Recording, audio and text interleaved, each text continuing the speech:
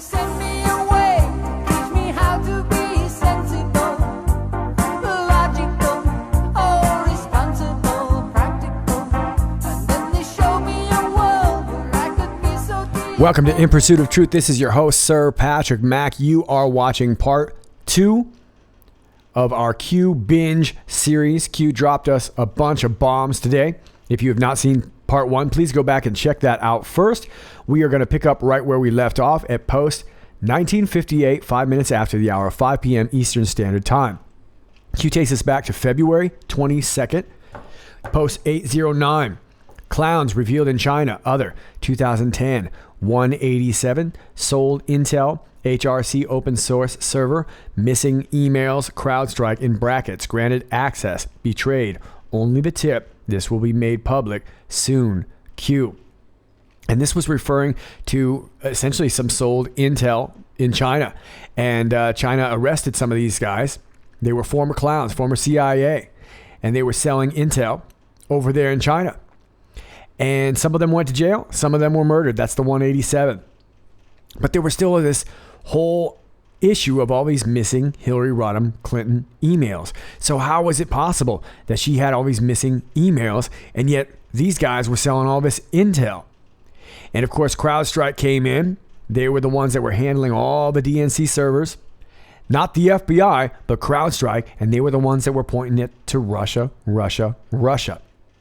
Or Q says it was granted access, betrayed, only the tip. Now Q goes on to say here, trending non-MSM, China hacked HRC server. Well, we know that's false, and it is false, although that's the story that's going around. Access was granted. You have more than you know, Q. And here's the story right here from back on May 9th from the Independent. Former CIA official charged with helping China dismantle U.S. spy network that left more than a dozen informants dead.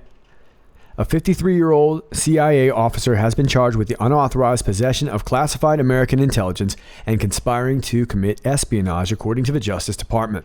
Jerry Chung-Shing Lee has been charged for allegedly helping the Chinese government dismantle a U.S. spy network after being asked by 2 Chinese intelligence officers in 2010 and 2011 to trade information for money. He lived in Hong Kong at the time.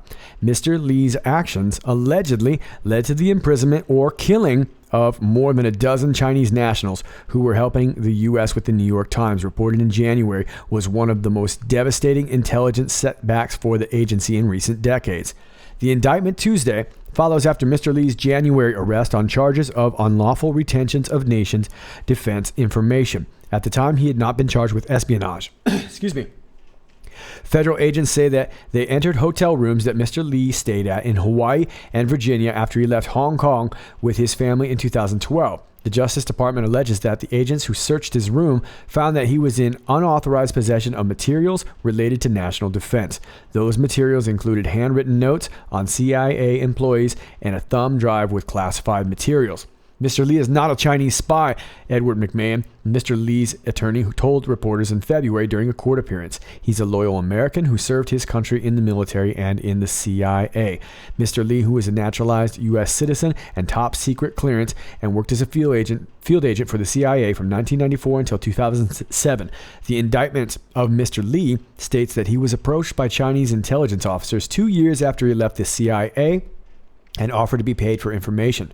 It is not clear why the FBI waited so long to arrest Mr. Lee, though it is also not clear how frequently he visited the United States before his arrest in January at JFK in New York. He faces up to a lifetime in prison if convicted on the charges. Yeah, this ended up with some arrests, and it ended up with some deaths. Homeboy was happy to sell it on out, tried to play the military card, say he was, served his country and this and that. But the fact of the matter is that he sold it out, okay? Nobody hacked these servers. This was all sold intel. Why would you hack Clinton's server when you know she'd sell it to you? Come on, she sells everything. Well, that's the story trending in the non-MSM news, is that China hacked this server. And it's just not true. It was granted. We got more than we know. Let's move on to the next post, 1959. This is 24 minutes after the hour of 5 p.m., and we get this Twitter status right here. And this is a senior investigative reporter at the Daily Caller, Richard Pollard. Excuse me, let me scroll up there. He says, I'll be on Sean Hannity's show at 5 p.m. Eastern today. to talk about the Chinese penetration of Hillary Clinton's private email server while she was Secretary of State. And you can see already people are talking, saying, dude, Q is talking to you. Gave you a pro tip. So check it out. Here's the pro tip. He says, look at CrowdStrike. And remember, CrowdStrike was the group that managed the Clinton Foundation servers, right? And evidently they managed the infiltration program as well based on payments. Remember, CrowdStrike took these servers and they went Russia with it, right? But they never let the FBI see this. And yet, that information's got to be sitting somewhere. It's got to be sitting somewhere. Let's go to the next link. That link takes you to a Washington Post article. I am on a paywall with them, and I'm going to take you to the same story from over here on Time. Governor Terry McAuliffe invited Chinese donor to Clinton's home. Virginia Governor Terry McAuliffe invited the Chinese businessman whose donations to him have been named as a focus of Justice Department investigators to a 2013 fundraiser at Hillary Clinton's personal Washington, D.C. residence. Wang Wenliang, a Chinese national with a U.S. permanent residency, briefly shook Clinton's hand at the September 30th event, a representative for Wang told Time. An American company controlled by Wang made a $60,000 contribution to McAuliffe's campaign 3 weeks before the fundraiser. Less than a month later, a separate Wang company pledged $500,000 to the Clinton Foundation, the first of several donations that eventually totaled $2 million. All right, so this Virginia governor, Terry McAuliffe, he originally kind of came out saying, yeah, I don't really remember this guy, Wang. And then he was like, oh, I'm sorry, I was so wrong about that. It turns out that he gave me $60,000. And this guy ended up giving $2 million to the Clinton Foundation. I guess he was just really into democracy. Now, he's got a lot of business interests in the U.S., and he's able to do that because he is a foreign national. He's got a U.S. permanent residency. And ended up giving a ton of money to the Clintons once again. Amazing how the Clintons are always there to take some coin. I also found it interesting that this guy is a big port owner in northern China. So there you go. The deep state is banging the drums of Russia. And meanwhile, spying on the president, facilitated by the UK. All the while, access to these server special access programs and technology to China. The more you know. Post 1960. 32 minutes after the hour of 5 p.m. and Anon says, I am isolated with my husband and thank God our dogs. To our family, we can't even mention the president's name, so we don't, but it hurts so much. We will stay strong. We try not to become bitter and angry. We are prepared to help and to answer when the time comes. I know they need us more than ever. I think it's now more than ever. Especially my oldest because she studied so hard to get her job in your country in CV. I know for sure that she is not a liberal brainwashed person. My other baby is an autist and she asks me questions over the news coverage and why they all tell the same. Please, Q, I must say this. You, the team, and POTUS are so very loved by us. God bless you from the Netherlands. Q says you are not alone, Patriot. You are part of history. Never in our history has this been attempted. God bless you and your family. Stay strong. Stay the course. Where we go one, we go all. Q. Yes, ladies and gentlemen, welcome to the counterculture revolution. How about that? All right, listen, we don't have time to be sappy. We got post to do. 38 minutes after the hour of 5 p.m., post 1961. This Anon says, Q. Relevant yes to the HRC server sweepstakes giveaway. Ding, ding, ding, ding, ding. And Q confirms. And that's this right here. From the New York Times, killing CIA informants, China crippled U.S. spying operations. And once again, back from May 20th, 2017, confirming that not only were some of these guys arrested, but some of them were killed. And let me just sum it up right here. Still, others were put in jail. All told, the Chinese killed or imprisoned 18 to 20 of the CIA's sources in China, according to two former senior American officials, effectively unraveling a network that had taken years to build. Well, that sums it up pretty well, doesn't it? They spent a lot of time making sure that they could fund all these knuckleheads around the world, and now it's all falling apart. Let's move on. Q confirms. Post 1962, 41 minutes after the hour of 5 p.m., we get this Fox News link. Mortified? What's the purpose of a bridge? And it takes us here. Feinstein was mortified by FBI allegation that staffer was spy for China report. This is from August 2nd on Fox News. U.S. Senator Dianne Feinstein Weinstein, why is Rosenstein, fired a staffer a few years back who was allegedly part of an effort to spy and pass on political intelligence to the Chinese government. The staffer, based in the Democrat's San Francisco office, was suspected of delivering political intelligence, though nothing top secret, to officials based at the local Chinese consulate, Politico reported. The FBI informed Feinstein that the then chairwoman of the Senate Intelligence Committee about 5 years ago about the staffer and allegations that the staffer was a spy.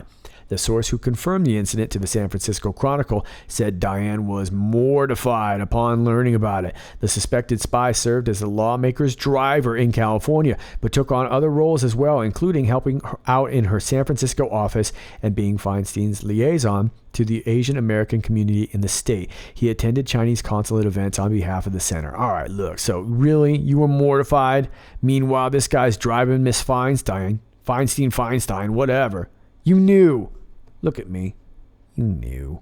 He was driving you around, going to parties with you, being a liaison. You knew, right?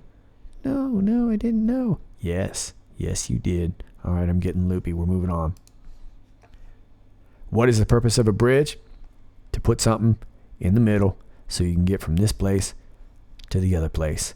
And it sounds like we had a bridge driving Miss Feinstein. Let's move on. Post 1963. 5 minutes after the hour, 6 p.m. Q is responding to an Anon over on 8chan that says, I hope Q understands that while we are standing firm, many of us are losing family and friends. I believe it is worth it. I hope to God it's worth it. I know I've paid a heavy price for my loyalty. And Q responds by saying, Patriot, a little perspective. Patriots are dying to defend this great country and the freedom she provides.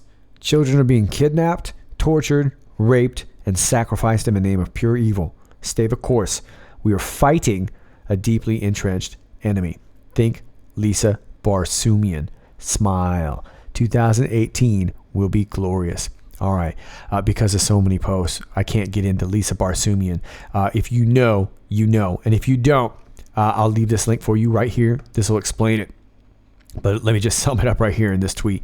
Enter Lisa Barsoomian, wife of Rod Rosenstein, an attorney who has represented Bill Clinton 40 times and Hillary Clinton 17 times. She's represented the whole fam damnly, actually. She's represented everybody. She's as deep state as it gets, okay? And we don't have time to go into her, but if you know, like I said, if you know, you know. And I don't think Q is really mentioning that to go way into her story, but he is calling her out. And it looks like he's calling her out, telling her to smile. So she's probably checking out the show. So, hi, Lisa.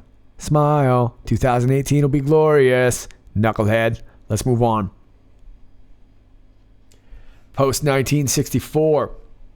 12 minutes after the hour of 6 p.m. Amen, Q. For those of us who have stayed the course for 20 plus years, we have gone alone. We have stood firm in the defense of the truth. Yet many of us have very few friends and couldn't do much in the real world. The penalties for speaking up for the truth have been severe for decades, and I've lived life in the shadows. It wasn't worth speaking out until now. Thank you, Q. Q says the world is now united. History books. Fake news suppression creates a false reality. This movement is bigger than you can imagine. Silent majority, no more. Yeah, look, I'll just give you my own personal perspective. I started off on this truth movement. I guess it's been progressive, but as far as actually doing it through media, really after 9/11. And that's, I remember being so ridiculed, particularly by military back then, because you were considered so unpatriotic if you wanted to know the truth about 9/11. There's a lot of fear back then and a lot of anger. And to see now so much of that change, particularly with the military now in their support. And I know it really thrills me to see the support coming from whether it's current or ex-military. It really invigorates me and encourages me to keep on going. And I hope that it does for you too. This message is spreading with good Americans. This is not a conspiracy theory. It's just flat out truth. And it's pretty easy to see once you follow along for a little bit. And it's great because what this is really attracting is people that do think for themselves. So you're around people that think for themselves. And how refreshing is that for once? This movement is much bigger than we can imagine. It's all over the world. And no matter how much they try to shadow ban us, we're going to figure out a way to come back at you. Let's keep moving on. Post 1965, 14 minutes after the hour of 6 p.m., Anon says, will be glorious. In my humble opinion, sir, it already is. And Q says, in our opinion, until those responsible are dead and are suffering, it shall remain, will be. Well, I don't love to encourage death, but as far as this goes, it's nice to see Q showing the resolve, because let's face it, this is high treason. And some of those people who are responsible for a lot of death and suffering. And the only way that we're ever going to get some closure with this is seeing them reckon with that. Let's move on. Post 1966, responding to an Anon who says, that's great, but where's the arrest? Oh, there's one every day. That's great, but where's the arrest? You could show them a spreadsheet full of thousands of arrests, and they're going to say, that's great, but where's the arrest? Q just simply points them to Patriots Fight Board and says, read, comprehend, use logic. Q, yeah, look, I hear so many times, all the time, well, why don't we just bust in there and arrest everybody?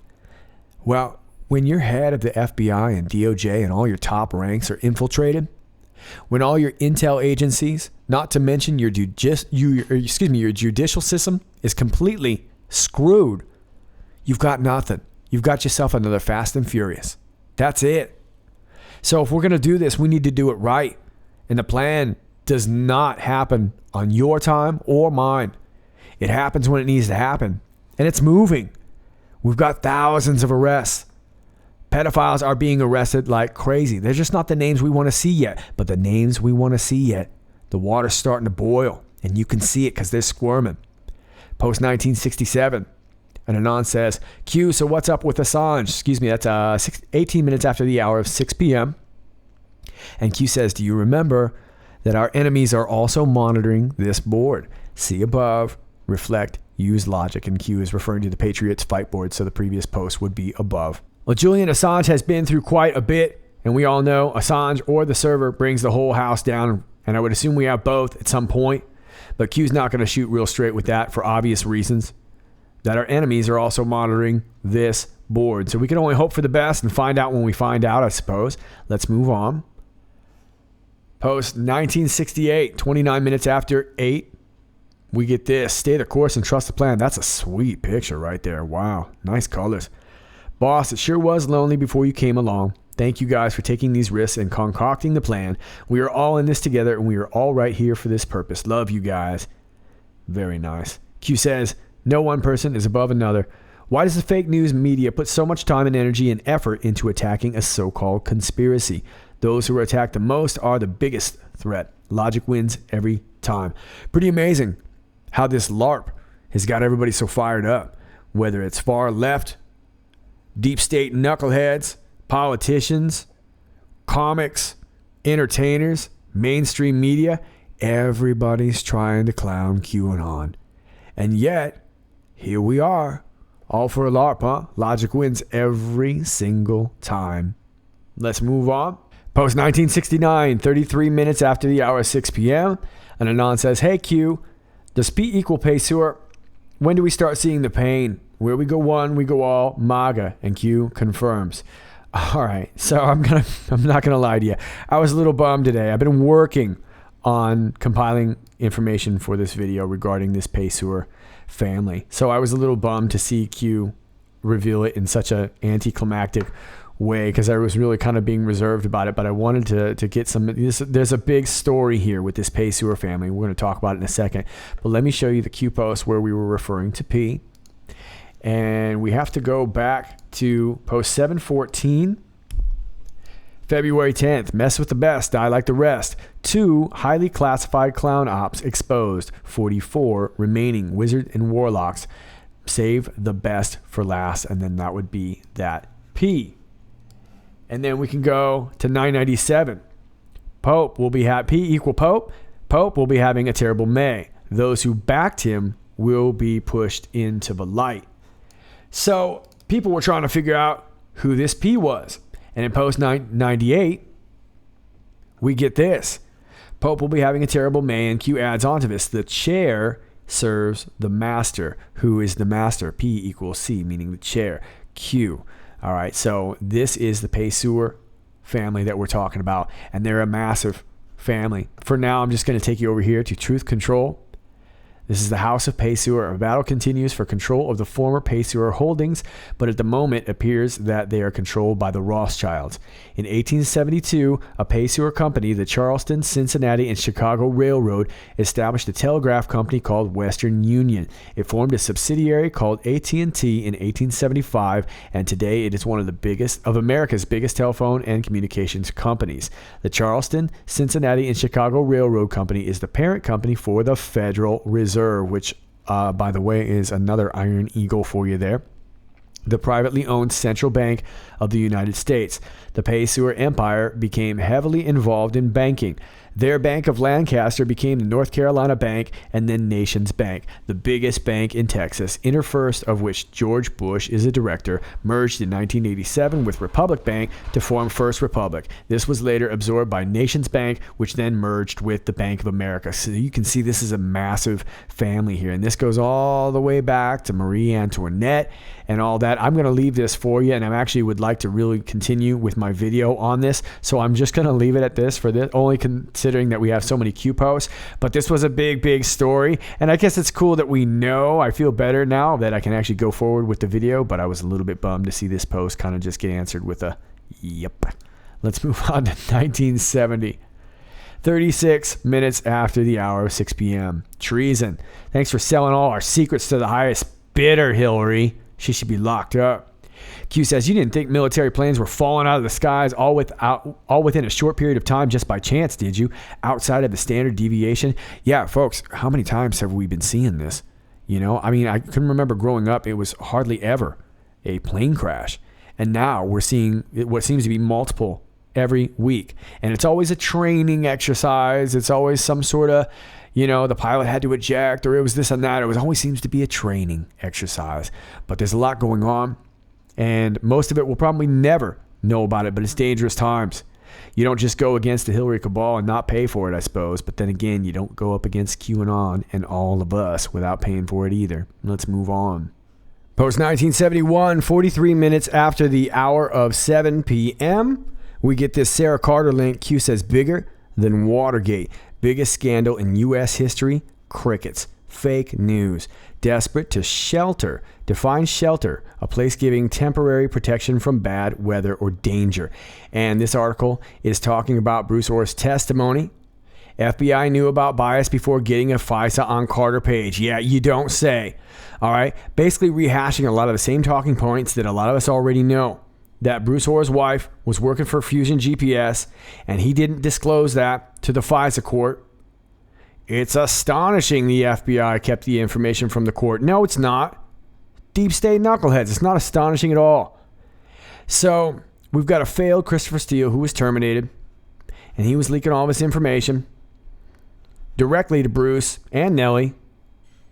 And this is going to lead to a lot of other things. Let me read to this tweet right here from Daryl Issa on DOJ. Official Bruce Orr questioned on contacts with anti-Trump dossier author. Bruce Orr is creating a link for us between people who had animus, who were in fact desperate to stop candidate Trump from being President Trump. Well, this is it right here.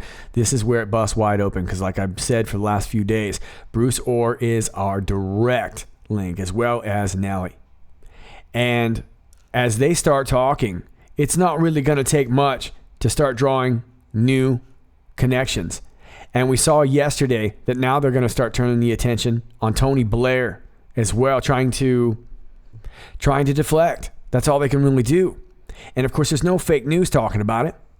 Desperate to shelter. Well, shelter is the fake news right now. They're not going to talk about it. They'll just agree not to talk about it. It's a place for giving temporary protection from bad weather or danger. Well, the storm's coming, regardless of their little shelter. And at some point, that shelter is going to bust open. And we're going to see the biggest scandal in history. There won't be any crickets anymore. It'll be bigger than Watergate. And Watergate was a pretty big deal. But this is worldwide. So very exciting stuff. We will see what happens. But I have a feeling that the results of the Orr testimony, we may not really kind of get the juicy details for a few more days. Let's move on to this next post right here. Post 1972. Are you watching Hannity? No, I'm covering Q-Post. Did you hear what the Texas congressman just stated? Huber. And then we have Orr in kill brackets. Ruh-roh, Q. Well, let's take a look at it. Isn't this premeditated fraud on a court? Everybody that signed them, did they commit fraud on a court?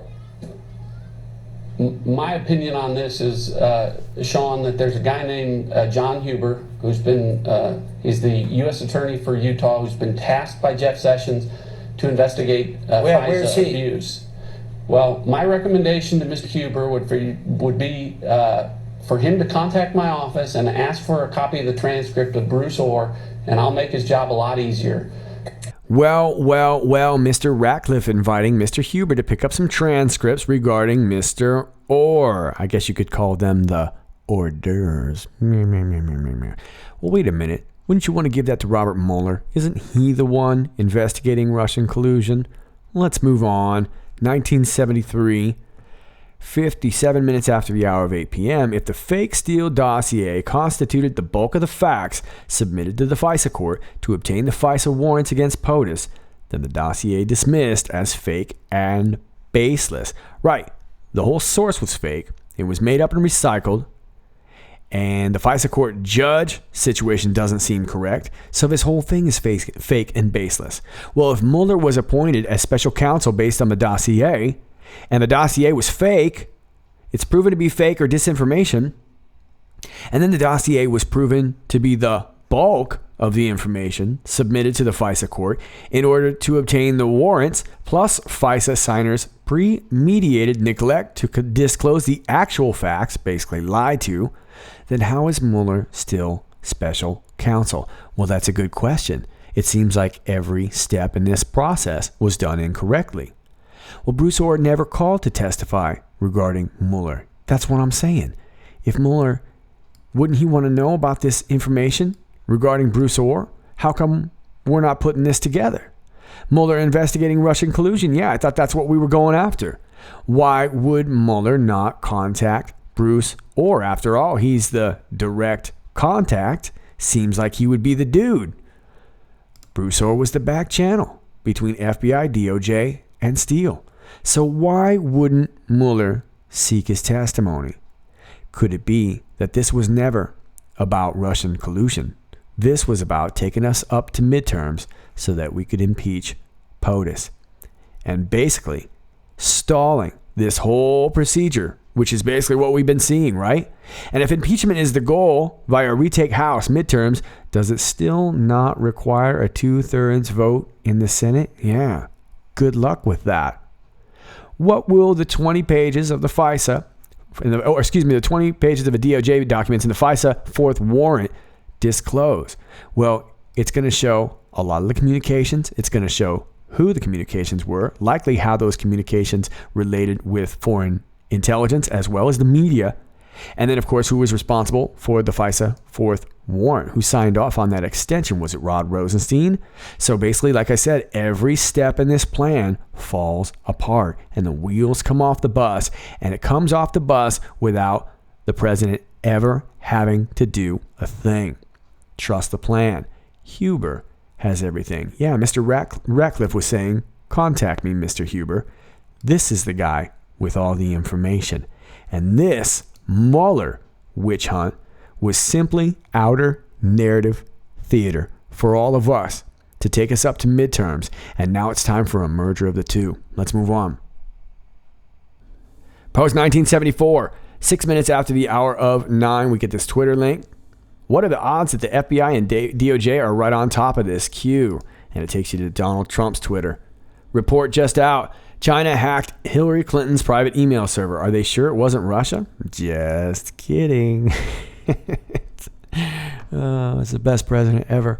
What are the odds that the FBI and DOJ are right on top of this? Actually, a very big story. Much classified information. Well, I'm sorry, the FBI and DOJ are probably not on top of that, sir. But I wouldn't be surprised if Huber is. Let's move on to 1975. We get some links. Yay, links. 40 minutes after the hour of 10 p.m. And this first one takes you right here. And this is written to the Honorable Jeff Sessions and Rod Rosenstein. As you know, the Department of Justice Inspector General currently is reviewing the department's and the Federal Bureau of Investigation's handling of the Clinton email investigation. Recently, the Attorney General requested that he also review questions about the department's and the FBI's actions, there you go, in seeking a Foreign Intelligence Surveillance Act warrant against former Trump campaign advisor Carter Page. On February 28th, based on review of related documents and facts gathered thus far in the committee's oversight work, Chairman Grassley and Chairman Graham also requested that the Inspector General broadly review more than 30 classified and unclassified questions related to the FBI and the department's handling of the so-called Trump-Russia investigation and related matters prior to the appointment of Special Counsel Robert Mueller. For reference, we have attached the unclassified portion of that referral. And this was written here from Chuck Grassley, John Cornyn, Lindsey Graham, and Tom Tillis. And Q is pointing us out here to section 21 and 20, or basically 21 through 25, excuse me. So let's take you down there. Number 21. Was anyone in the Justice Department, including senior leadership, aware that Mr. Orr continued to pass information from Steele and Fusion GBS to the FBI even after Steele was suspended and terminated as a source? Who? Were those people aware that Mr. Orr's wife worked for Fusion? If so, how and when did they become aware? 22. Was anyone in the senior leadership of the FBI aware that Mr. Orr continued to pass information from Steele and Fusion GPS to the FBI after Steele was terminated as a source? Who? Were those people aware that Mr. Orr's wife worked for Fusion? If so, how and when did they become aware? 23. Did Mr. Orr ever seek ethics advice from the DOJ about his participation in this investigation in light of his wife's employment with Fusion, in light of his becoming a fact witness in a case over which his office, ODAG, likely had supervisory authority? From whom did he seek advice? If so, was he properly advised, and to what extent did he follow it? 24. Was it proper for Mr. Orr to continue to pass information from Steele and Fusion to the FBI after it had suspended and later terminated Steele as a source? Excuse me. Why was the fact not disclosed to the FISC? Should it have been? Why was Mr. Orr's wife work on behalf of Fusion not disclosed to the FISA court?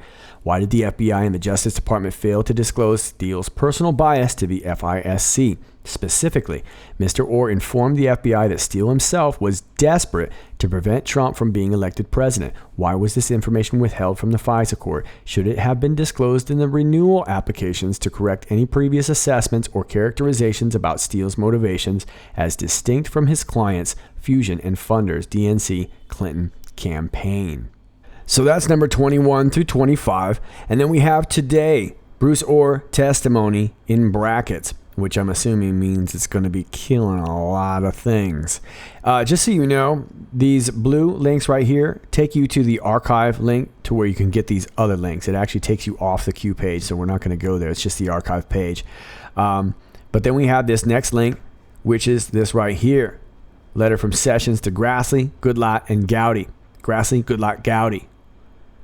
I write in response to recent letters requesting the appointment of a special counsel to review certain prosecutorial and investigative determinations made by the Department of Justice in 2016 and 2017. I take the concerns you raise seriously. Now, keep in mind, this was written back in March of 2018. And let me just take you all the way down here.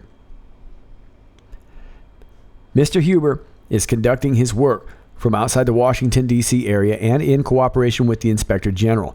The additional matters raised in your March 6, 2018 letter fall within the scope of his existing mandate, and I am confident that Mr. Huber's review will include a full, complete, and objective evaluation of these matters in a manner that is consistent with the law and the facts. I receive regular updates from Mr. Huber, and upon the conclusion of his review, will receive his recommendations as to whether any matters not currently under investigation should be opened, whether any matters currently under investigation require further resources, or whether any matters merit the appointment of a special counsel. Okay, so that again was back in March. And then this last link here is this Breitbart link that we've seen many, many times. I'm not going to open it up for you. We've covered this at great length, but I do suggest you read it if you haven't. It's the Breitbart article. This is Turley talking about Huber and how he's basically not a DC guy and what he's doing outside of DC. It's a very important thing to know if you don't know, but we have covered it at great length. So we're going to move on. Post 1976, 29 minutes after the hour of 11 Eastern Standard Time, we get another Twitter link. Donald Trump. Hillary Clinton's emails, many of which are classified information, got hacked by China. Next move better be by the FBI and DOJ, or after all of their other missteps, Comey, McCabe, Strzok, Page, or FISA dirty dossier, their credibility will be forever gone. Ooh, so I wonder if we're going to find out something about these emails and how they're all related to China and how really China really got information there. But it seems to me like we're going to need a D class. We're going to need those 20 pages at the very least. Q says big statements. What's coming? Well, I keep thinking it's that Whopper with cheese, and I'm not so sure anymore because I just want to eat a Whopper with cheese. But I can't imagine that they're going to hold on to these 20 pages that much longer. After all, it's getting about time to drop it. And Q adds on here in 1977, why is POTUS pushing the FBI and DOJ on this issue? Well, I would assume because POTUS wants them to come clean. After all, this was their witch hunt. This was their deal. And if POTUS does it, it just looks like partisanship. And of course, he's smart enough to know that that would set everybody off.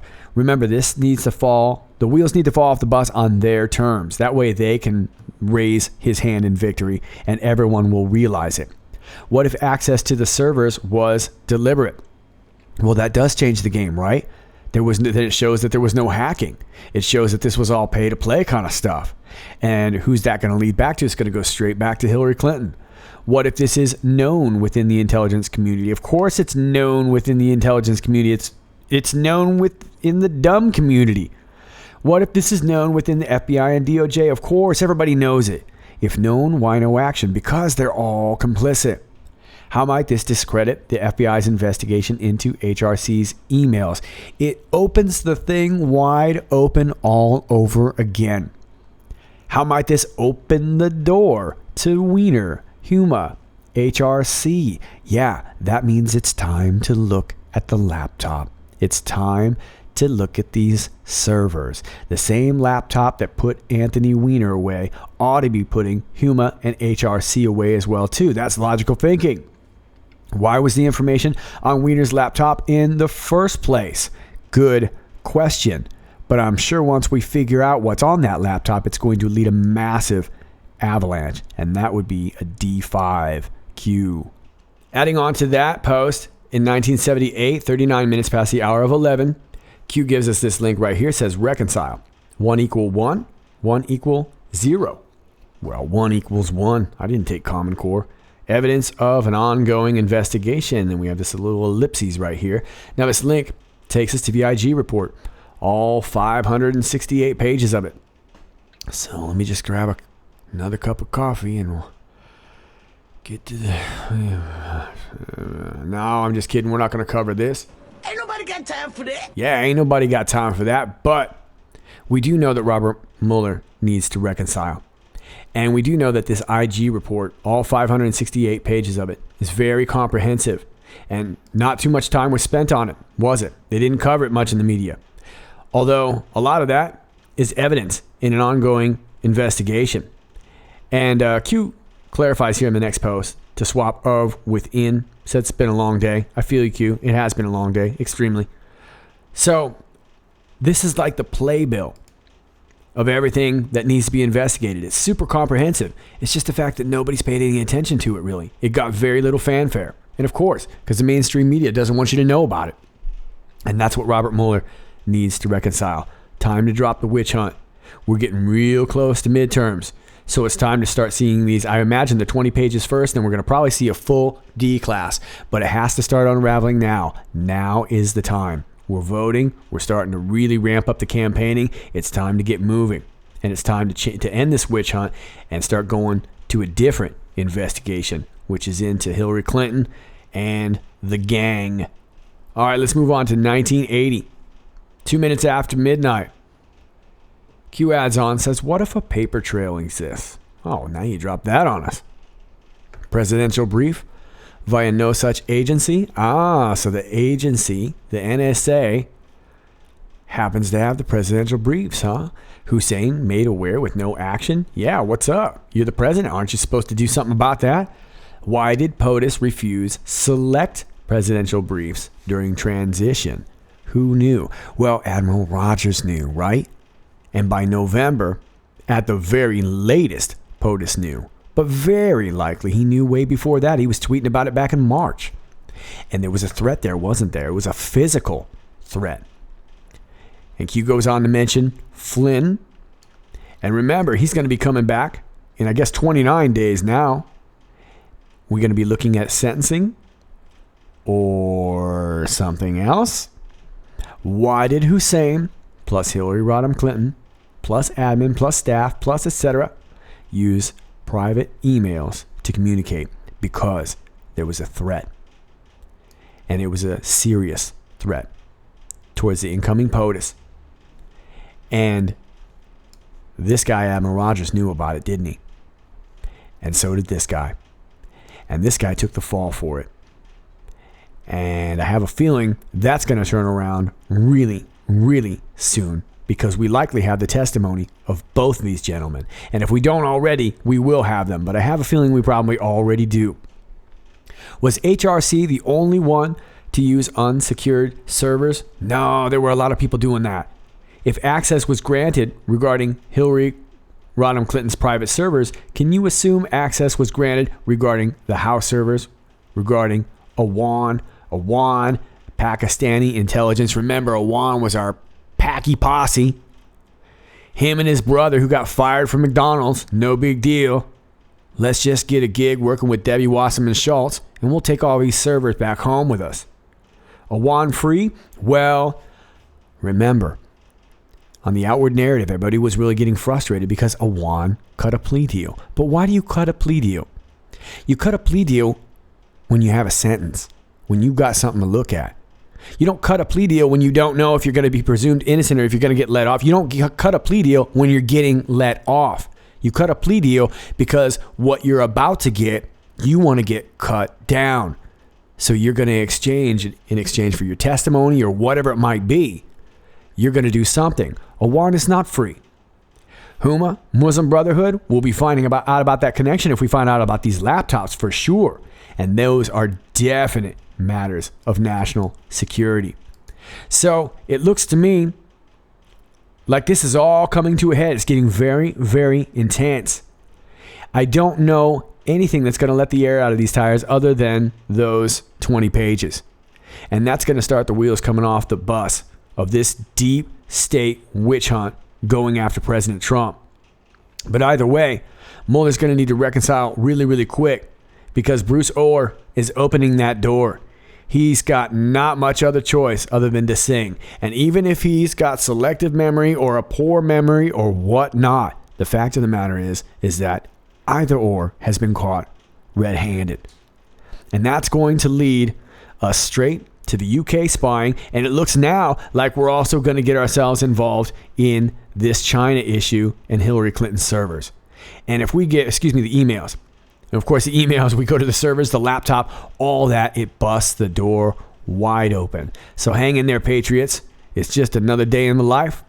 Very, very long day. Those were a ton of Q posts. Good Lord, Q. Would you like me to do a book report on War and Peace next? Whoo! All right, kids. That's all I got for you today. As always, if you like this video, please click like, share, and subscribe. It really helps keeping me do what I do. All my links are down below. I'm on Twitter. I'm on Gab. I'm on BitChute. I'm on Real.Video. I'm on all that good stuff. You can find my email as well as my Patreon page if you'd like to support the channel. It helps keep me doing what I'm doing over here. I really greatly appreciate it. Sorry, not my best work today, but that was a massive amount of posts. So hopefully that at least got you started in your own research, and I hope that you can find some great things off in your own searches as well. Okay, kids, this is Sir Patrick Mack, and until next time, stay assertive.